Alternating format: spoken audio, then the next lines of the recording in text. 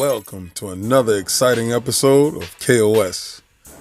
And as you can see over my shoulder, we have an exciting dude in the Punisher.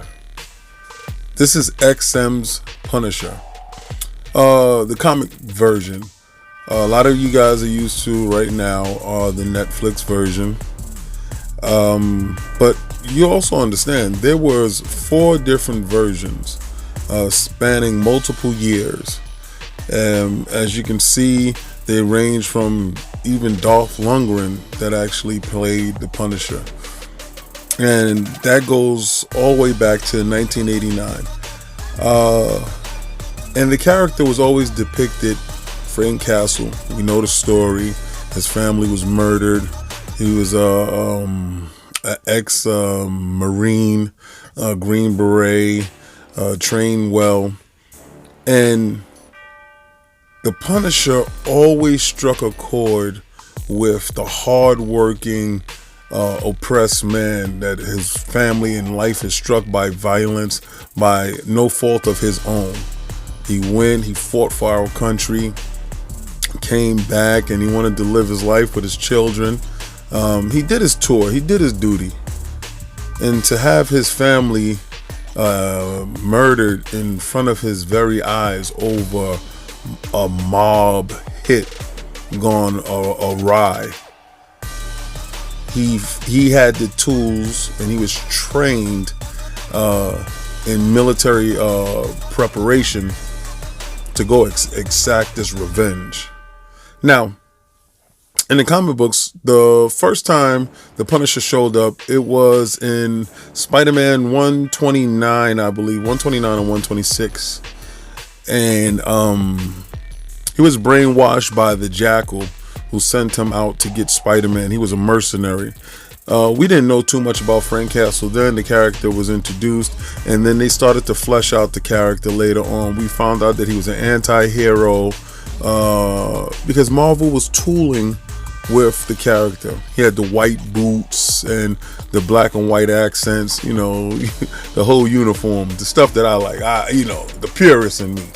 We can't get that now. What the future iterations of the character did, with stuff like Warzone, they made Frank a real big, strong man. Because you have to understand, he doesn't have any superpowers. He's just a very good tactician, very good at firearms, knives, any type of hand-to-hand combat. The QCP, I believe it's called. He is proficient in all types of military martial arts. So Frank Castle can handle his own. But then you have to have him go up against superheroes. So you have to make him work in this world. And I always thought the movies encapsulated that well. Every last movie took their own iteration of it. They kept the core story of he was wrong, his family was wronged, they were murdered, and he wanted revenge on the mob.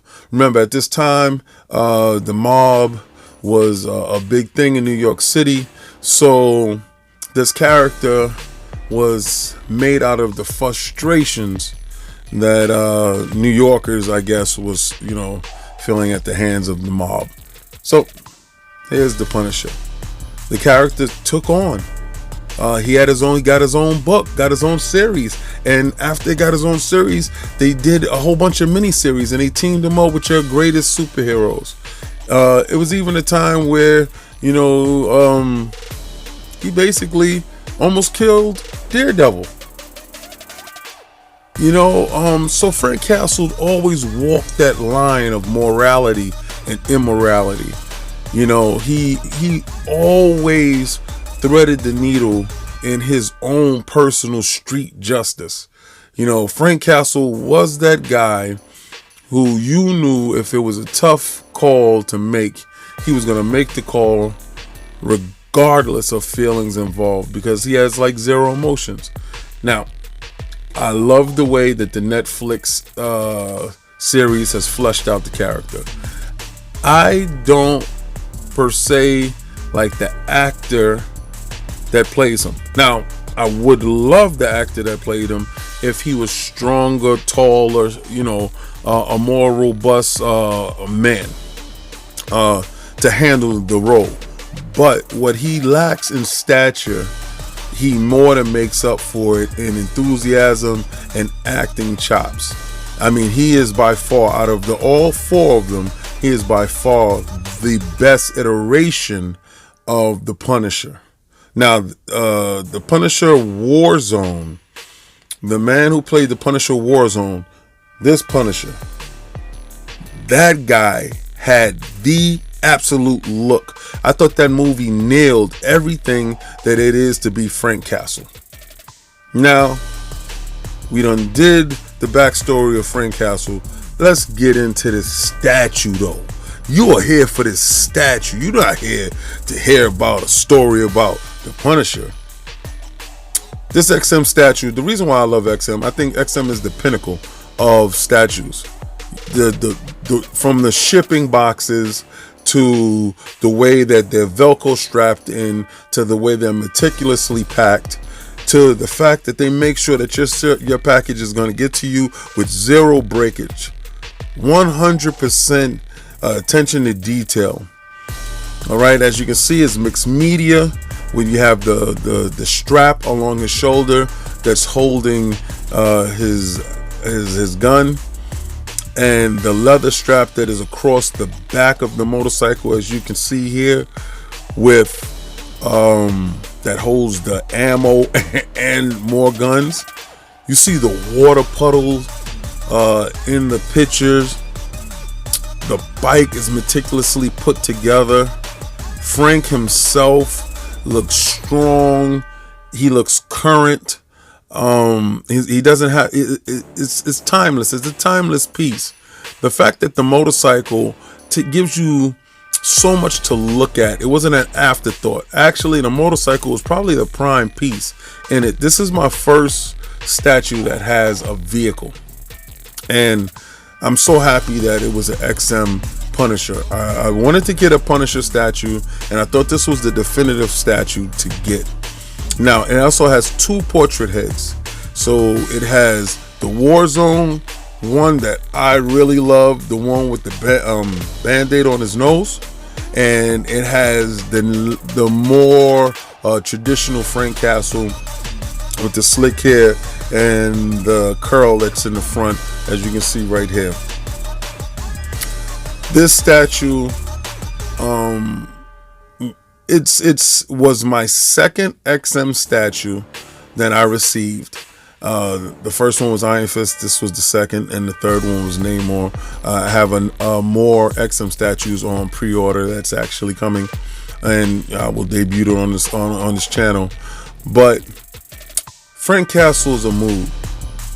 Frank Castle is exactly what I guess the city needed when they had the plague of the mob, and how Marvel stretched that out to give you a deeper understanding of this character with the Netflix series.